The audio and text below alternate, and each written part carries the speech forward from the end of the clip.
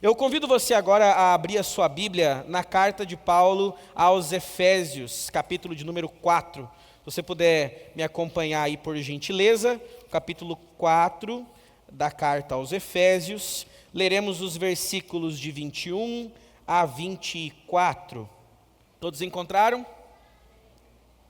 Vamos então à leitura do texto. Diz assim a palavra do Senhor: uma vez que ouviram falar de Jesus e foram ensinados sobre a verdade que vem dele, livrem-se de sua antiga natureza e de seu velho modo de viver, corrompido pelos desejos impuros e pelo engano. Deixem que o Espírito renove seus pensamentos e atitudes, e revistam-se da sua nova natureza, criada para ser verdadeiramente justa e santa como Deus. Eu te convido agora a fechar os seus olhos mais uma vez. Nós vamos orar, pedindo que Deus nos conduza durante a ministração da palavra do Senhor. Senhor Deus, nós queremos ouvir o Senhor falar, queremos ser edificados, ser fortalecidos em nossa fé, para que a gente caminhe mais junto do Senhor, para que as coisas que nós acreditamos, que nós professamos, que nós confessamos diante do Senhor, façam parte da nossa rota de crescimento, de amadurecimento, para que o nosso relacionamento seja aproximado, Senhor, para que a gente viva mais perto do Senhor e experimente mais da sua presença. Então eu te peço que o Senhor nos ajude a experimentarmos dessa edificação e a vivermos de forma intencional aquilo que o Senhor tem para cada um de nós. É por isso que nós oramos e é assim que nós consagramos esse tempo e a nossa atenção a Ti, em nome de Jesus. Amém e amém. Meus irmãos, nós que caminhamos com Deus, por vezes nos deparamos com uma fase da nossa jornada de fé em que nos sentimos estagnados. Se você já caminha com o Senhor há alguns anos, talvez você já chegou no momento em que você enxerga que as coisas não estão como no dia da conversão.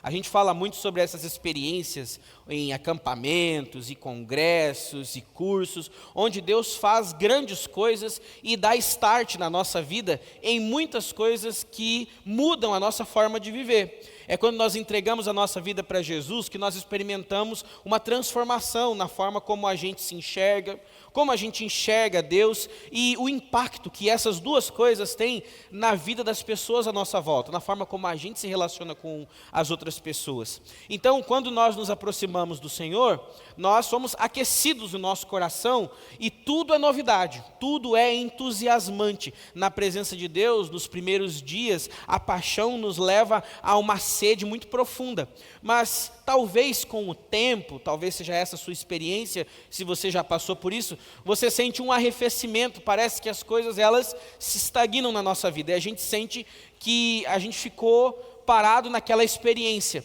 e a gente lembra com nostalgia dos momentos, das experiências, dos choros, das mudanças, dos arrepios, das visões, dos sonhos, das orações, e a gente sente que às vezes as coisas elas não avançaram. Ou então nós nos deparamos com a nossa vida e ela está repleta de coisas que não deveriam estar mais ali. Parece que a mudança que veio por meio da conversão, ela foi só até a primeira página.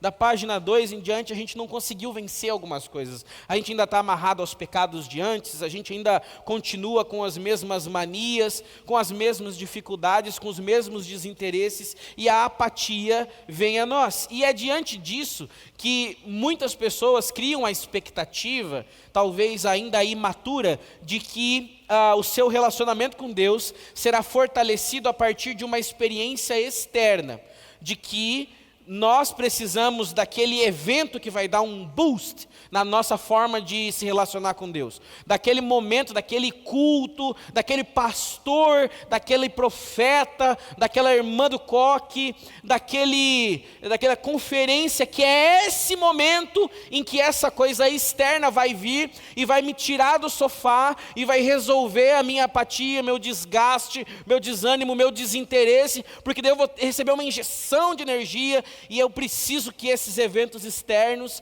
me levem para perto de Deus. Essa constatação, se ela faz parte da sua jornada de fé, ela é razoável, muito por conta da nossa natureza. Mas não é isso que Deus quer para nós. O tema de hoje é o desafio de viver a fé ativamente. O desafio de viver a fé ativamente. Para muitas pessoas que começam a jornada com Deus, a nossa experiência com o Senhor depende de momentos e de ações externas. Mas qual é a nossa fatia de responsabilidade no nosso relacionamento com o Senhor e na nossa espiritualidade para que a gente seja aquecido, fortalecido, inspirado e sejamos fiéis ao Senhor? O que você e eu precisamos fazer ou manter vivo na nossa espiritualidade para que a gente não fique para trás, para que a nossa fé não se esmoreça, para que o nosso coração não se esfrie, para que a nossa jornada de fé não caia no automático, para que nós não sejamos, sei lá, como pastores ou profissionais da fé, ou como líderes, apenas cargos que ocupamos. Como nós podemos contornar isso e enxergar a nossa responsabilidade? Para isso, primeiro vale esclarecer que a nossa salvação não depende de nós. Você e eu não conseguiríamos garantir a nossa salvação. Não existe esforço, não existe campanha, programa, estudo que você faça que vai fazer com que você seja salvo. Exceto uma coisa: a graça do Senhor Jesus. Esse é o presente que nós jamais compraríamos. Mas, se a salvação está garantida, a santidade depende de nós. O relacionamento com Deus depende também de uma força da nossa parte para que essas coisas funcionem, para que nós consigamos seguir em movimento de fé. E é sobre isso que esse texto fala, e é sobre isso que eu queria falar nessa manhã. Então, eu queria falar aqui sobre como nós podemos lidar com isso. O apóstolo Paulo, ao escrever aos cristãos de Éfeso, nos mostra o caminho para romper com essa estagnação. É hora de tomar decisões espirituais ativas. E isso não se trata de esperar as mudanças caírem do céu, mas sim de dar passos práticos rumo a uma vida mais profunda com Deus. Então, nós temos os fundamentos para que a gente consiga caminhar mais perto do Senhor, e eu te convido a olhar novamente aí para a sua Bíblia, no versículo de número 21. E o texto diz: de fato, vocês ouviram a respeito dele, e foram instruídos por ele, conforme a verdade que está em Jesus. O apóstolo Paulo está falando para a gente uma coisa muito importante. Nós precisamos de um ponto de partida. Você e eu precisamos de um referencial em Deus para que o nosso relacionamento com Ele aconteça.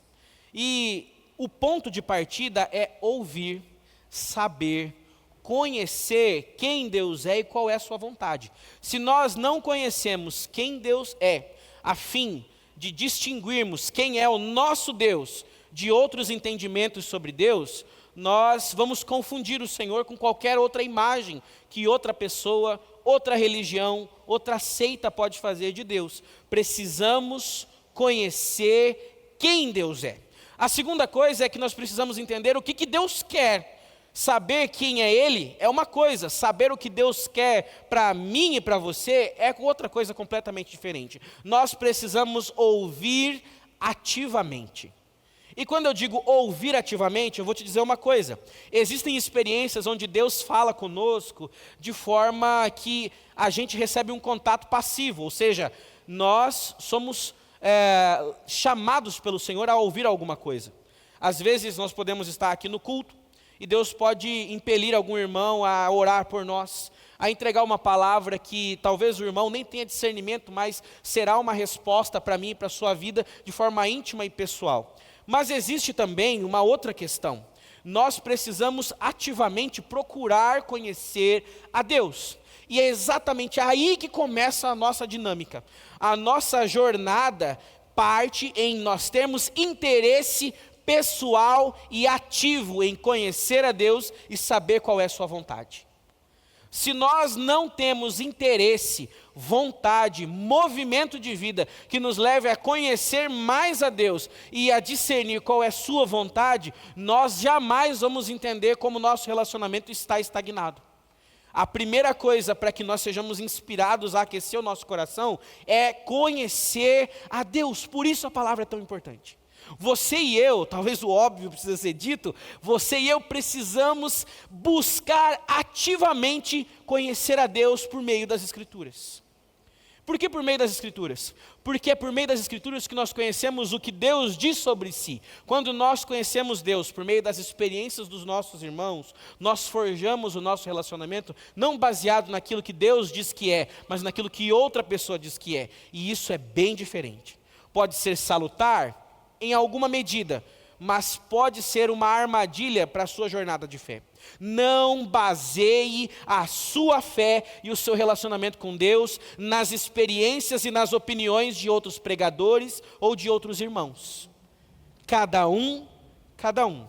Tem um pregador, não vou dizer nomes aqui, que ele é muito bacana, muito legal, eu já li vários livros dele, ele já veio inclusive aqui na nossa igreja, é um homem de Deus, mas ele tem as experiências dele, é muito conhecido. E uma das marcas do ministério dele é que ele fala muito sobre suas experiências pessoais, sobre como elas guiam sua teologia. E nem sempre isso está alinhado com o entendimento mais macro do que o texto bíblico diz. E quando nós apoiamos o nosso entendimento em experiências pessoais, nós caímos no erro de entender, às vezes até errado, o que Deus falou com aquela pessoa. Quantas pessoas entendem o seu relacionamento com Deus e o relacionamento com a fé cristã por meio de músicas? No Santo dos Santos, a fumaça me esconde, para muitas pessoas é argumento suficiente para dizer que no céu tem fumaça. Eu vou pisar na cabeça da serpente porque um dia o meu mestre já pisou. Eu penso então que existirá uma serpente para cada um de nós pisar. É o que a Bíblia diz. Quando nós nos baseamos em experiências terceiras, nós estamos deixando de buscar a orientação direta em Deus. E o ponto de partida para mim e para você é que você e eu precisamos de Bíblia. Talvez na sua jornada com fé é exatamente aí em que houve o nosso primeiro passo de negligência. Talvez a nossa sede pelo Senhor se tornou seca. Talvez a nossa curiosidade sobre as histórias bíblicas e sobre o discernimento das Escrituras, ele parou no tempo. Porque nós já conhecemos, nós já ouvimos. Certa vez eu ouvi um humorista falando que conversava com alguém que vinha na igreja evangélica e a pessoa disse, eu não preciso ler a Bíblia para buscar o Senhor, porque eu vou no culto e lá o pastor ele pega o filé mignon, a melhor parte, ele explica para mim. Quando nós substituímos a nossa devoção pessoal em conhecer os textos e substituímos isso apenas pelas experiências externas, nós estamos abrindo mão da parte mais íntima e pessoal que existe no nosso relacionamento com o Senhor, que é conhecê-lo diretamente a partir do que Ele quer que nós saibamos.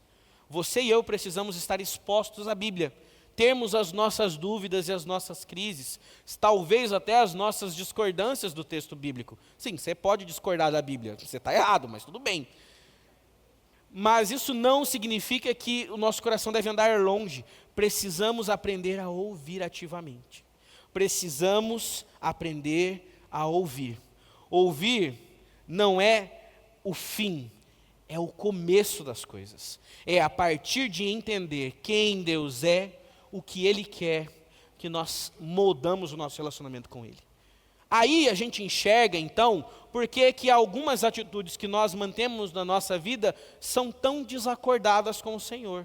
Ou então, porque o nosso coração nos engana tanto. Só um adendo rápido. A palavra levav, do hebraico, que está lá sendo utilizada para indicar coração no Primeiro Testamento, ela indica não o órgão que sente, mas o órgão que pensa. Quando a Bíblia fala sobre um coração enganoso, a ideia é que o seu entendimento é enganoso. O seu entendimento te engana. Você precisa conhecer mais, saber mais, buscar mais, porque enganoso é o teu entendimento. E tanto é verdade que nós agimos às vezes convictos de que Deus fez alguma coisa e às vezes lá na frente enxergamos que na verdade nem era Deus que tinha falado. Quantas histórias de gente falando, irmãos, Deus me disse isso e não se cumpre. Quantas vezes você e eu tivemos convicção de que agora era a vontade de Deus que eu entrasse naquela casa, de que eu entrasse e fechasse aquele negócio, de que eu entrasse naquele relacionamento, e aí depois eu vejo que na verdade nem era bem assim. Eu já contei para vocês da vez que eu atendi um rapaz de 12 anos, e ele me disse ali, com lágrimas nos olhos, pastor, encontrei a mulher da minha vida. Né? Eu vou dizer uma coisa para todos os jovens aqui, ou até pessoas mais velhas que estão namorando. Posso dizer uma coisa com todo o carinho do mundo, da parte da igreja, eu tomo a liberdade de dizer da parte da igreja, ninguém está nem aí para o seu relacionamento, ninguém leva a sério você. Ninguém leva a sério. A gente passa a levar a sério quando o compromisso se torna evidente. Quando você sai daquele namoro de beijinhos e curtidinhas e toma a posição de assumir responsabilidade sobre a sua namorada, sobre a sua noiva. Quando você resolve tirar ela de dentro de casa e falar, agora você está comigo e eu vou honrar a sua vida e vou assumir minha posição como sacerdote da casa. Quando você tomar essa posição, a igreja vai passar a te levar a sério. Enquanto nós não tomamos uma postura bíblica sobre o que Deus quer que sejam os nossos relacionamentos, nós agimos por convicções nossas. Nós não aprendemos a ouvir. É brabo, né? Se é brabo ouvir, vamos ver mais um pouquinho. Pode passar, por gentileza. Nós precisamos nos livrar do nosso velho eu. Precisamos nos livrar do velho eu. Versículo de número 22, está aí no slide. Livrem-se de suas antigas paixões e do velho eu, que está corrompido pelos desejos enganosos. Aqui eu leio na Nova Versão Transformadora. Segundo Paulo, ele enfatiza que existe um desafio direto, nos livrar das antigas paixões e do velho eu. A imagem aqui é vívida, precisamos nos despir de alguma coisa. Sabe o que você precisa fazer ativamente? Porque passivamente a gente recebe uma graça que nos perdoa dos nossos pecados, que olha para a nossa vida de perdição pregressa, que olha para as nossas decisões anteriores, para o nosso passado sujo, para as nossas vergonhas, e diz assim, há bênção sobre a sua vida a partir de agora. Mas você e eu precisamos nos despir então do que éramos. Precisamos romper com aquilo que a gente praticava. Não dá para andar com Jesus e continuar com as práticas de antes. Não dá para andar com Jesus e eu continuar sendo igual ao que eu era antes de conhecê-lo. Não dá para andar com Jesus quando eu falo das coisas da minha vida de antes e eu sinto nostalgia. Quando a vida de antes me alegra mais do que a vida de agora, eu não entendi nada. Eu nem sequer ouvi lá atrás. Nós precisamos nos despir do velho homem. Precisamos deixar as velhas práticas, e talvez essa seja a mensagem mais difícil, porque quantos pecados nós carregamos do velho homem para o novo, quantas práticas estão ali, quantos rancores, mágoas, quantas lascívias torpes nós carregamos, quantos hábitos negativos e destrutivos, quantos relacionamentos tóxicos, quantos entendimentos errados nós preservamos e mantemos ali. Você e eu precisamos nos livrar do velho homem. Nós precisamos nos livrar do velho homem. Senão nós jamais vamos viver um relacionamento ativo com o Senhor. Nós vamos esperar o que vai acontecer. No curso de noivos X, eu vou resolver o meu problema com o pornô. No congresso Y eu vou aprender então como que eu trato a minha esposa. Subindo a montanha eu vou finalmente mudar. Se essas coisas não gerarem em mim uma ação ativa de mudança daquilo que é o meu velho homem, você pode subir montanhas, você pode ir para o retiro, você pode fazer cursos, o velho homem estará aí sentado. Eis a questão. E talvez essa seja para mim, pelo menos, pessoalmente falando, é uma das partes mais pesadas do que eu enxergo aqui nas Escrituras. O apóstolo Paulo está dizendo, você precisa enxergar aquilo que é velho. Tem uma série que eu gosto muito, How I Met Your Mother, tem um personagem que fala assim, o novo é sempre melhor. E ele extrapola isso na história, mas essa frase, ela sempre me fixa quando eu lembro daquilo que experimentei no Senhor. O novo de Deus é sempre melhor. Talvez ele não é melhor para as outras pessoas, mas o novo de Deus é sempre melhor. Por isso nós precisamos nos despir do velho e deixar para trás aquilo que nos prende ao que a gente era, para a gente viver o que Deus quer que você e eu sejamos. Nós precisamos deixar o velho. Se existe algo que nos inclina a errar, então, é o nosso ego. Nós precisamos mudar os nossos hábitos, as nossas paixões que nos afastam do Senhor. A renúncia é um ato único, mas um processo contínuo de arrependimento e crucificação da carne. Pode passar, por gentileza? Martim Lutero disse uma frase bem intrigante: o cristão é simultaneamente justo e pecador. Mas talvez você pense assim, essas duas coisas são contraditórias.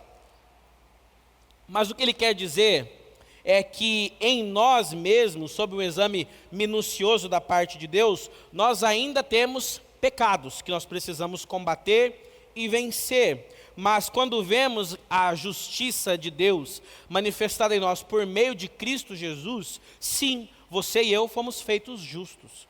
Então nós equilibramos essas duas coisas, porque são óticas diferentes de realidades que envolvem você e eu. Precisamos lidar com o pecado. A partir do momento que entregamos a nossa vida para Jesus, o pecado não nos sentencia para longe de Deus, mas ainda precisamos vencê-lo, dia após dia, em nossa jornada de vida.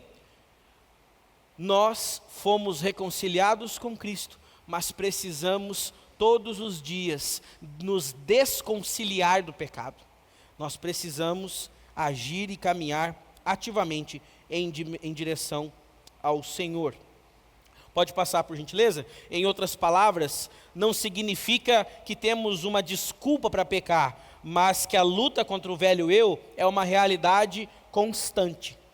Sabe qual a constatação que eu tiro disso? É que agora que nós entregamos a nossa vida a Jesus, essa vida entregue é uma vida repleta de abdicações, de consagrações e de resiliência. Para muitas pessoas a jornada de fé é: entreguei a vida para Jesus, levantei a mão na hora do culto, está tudo resolvido. Bem-vindo ao começo da caminhada. Você ouviu. Agora cabe a nós o exercício da entrega. O que o Senhor nessa manhã te lembra de entregar? Qual é a entrega que o Senhor nos provoca nesse dia? Qual é o traço do velho homem? Qual é a coisa velha, a coisa desalinhada com a vontade de Deus que nós ainda carregamos? Essa resposta tão pessoal é a reflexão que você e eu precisamos fazer todos os dias. Quais são as antigas paixões ou desejos enganosos que nós ainda agarramos? O que você precisa se esforçar de forma ativa para despir da sua nova vida com Deus? Essa resposta é uma resposta que exige profunda intencionalidade e profunda sinceridade diante do Senhor. Porque nós podemos olhar para os nossos problemas e não sermos sinceros. O problema existe, mas eu finjo que ele não está ali. Eu não preciso me movimentar em relação a ele. O problema existe, mas eu ignoro, eu justifico, eu explico. Mas quando eu entendo que eu preciso me movimentar, eu necessariamente preciso de transformação. Pode passar, por gentileza? Em contraste com a renúncia, o apóstolo Paulo fala que, ao invés disso, que deixem que o Espírito renove seus pensamentos e atitudes. Essa é a parte onde nós entendemos que o Senhor, Ele nos convence sobre coisas que precisamos mudar. Então, se ativamente nós precisamos mudar as coisas que são da velha vida, nós também precisamos permitir que Deus instale na nossa mente uma nova mentalidade, uma nova forma de enxergar a vida e de se relacionar com ela.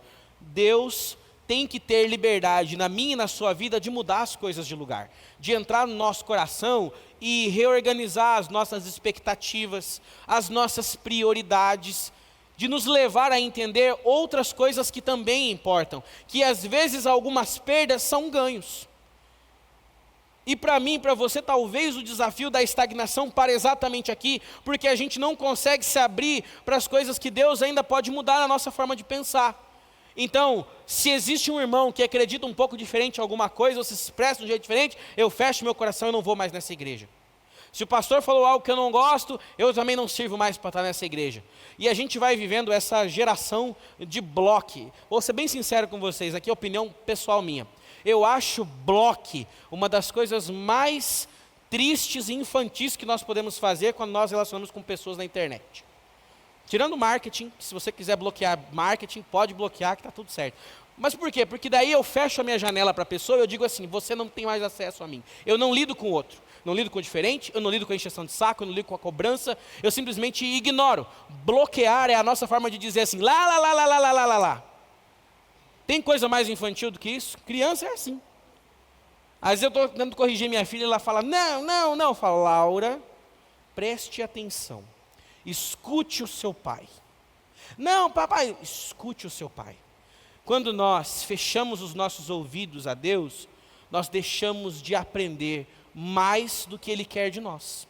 E muitos dos conflitos que nós vivemos estão aí porque nós não ouvimos o que o Espírito Santo quer mudar em nós. Nós não estamos permitindo que Ele transforme a nossa mentalidade. Pode passar, por gentileza.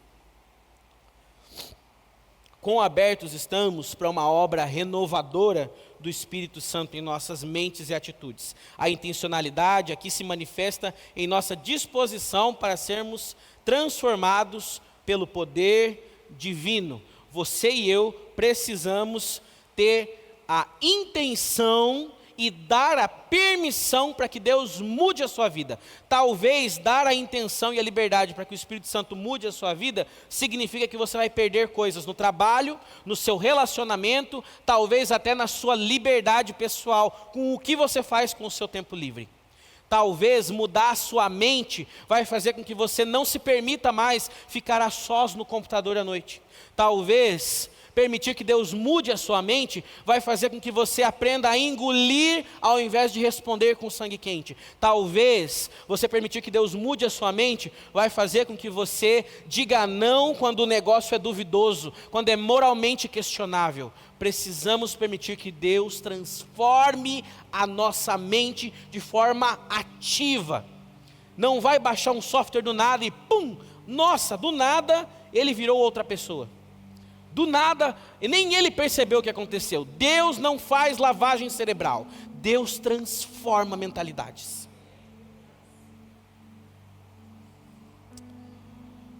Próxima tela, por gentileza. Existe o resultado da transformação. Precisamos vestir o novo eu. Veja bem, nós precisamos ouvir ativamente. Nós precisamos deixar o velho homem, nós precisamos permitir que o Espírito Santo mude a nossa mente e nós precisamos ativamente nos vestir de um novo eu. O texto diz, vistam-se do novo eu, criado à imagem de Deus, que é verdadeiramente justo e santo. A imagem aqui é como de vestir uma roupa. Assim como nos despimos do velho, nós somos chamados a nos revestirmos do novo. Você e eu precisamos ativamente encontrar Jesus e incorporar de Jesus em nós. Sabe, meu irmão, minha irmã, muito da nossa estagnação é porque nós perdemos o encanto e a vontade de agir intencionalmente baseado naquilo que nós dizemos que acreditamos. A gente abandona as mudanças, desistimos dos esforços de abandonar o pecado e de fechar portas e vamos nos permitindo. Nós deixamos de fazer a nossa parte, porque a gente pensa que o que Deus fez resolveu, inclusive a minha parte. Sabe o que Deus fez por você? A única coisa que você não conseguiria fazer. Mas o que compete a você agora? Qual é a sua jornada? O autor de Hebreus no capítulo 12 vai dizer, diante de uma nuvem de testemunhas, prossigamos a carreira que nos é proposta. Nós somos chamados a uma caminhada e precisamos intencionalmente, ativamente andar. Por vezes andar se torna pesaroso, desanimador, frustrante, mas nós somos chamados a andar. Nós precisamos avançar. Nós não podemos permitir que a nossa vida pare. Nós não podemos permitir que as mudanças de Deus parem. Eu não posso ter parado na minha conversão. O que mais vem depois? Que tipo de pai eu vou ser? Que tipo de marido serei? Que tipo de cristão serei? Qual será a minha visão? Quanto a vontade de Deus impacta na forma como eu vou viver? Eu preciso estar o tempo todo buscando ativamente. Sabe uma coisa muito importante? Em nenhum momento nós precisamos sentir. Se você sentir vontade de buscar o Senhor, glória a Deus. Se o teu coração se esmoreceu e hoje o sentir não te leva mais, faça mesmo assim.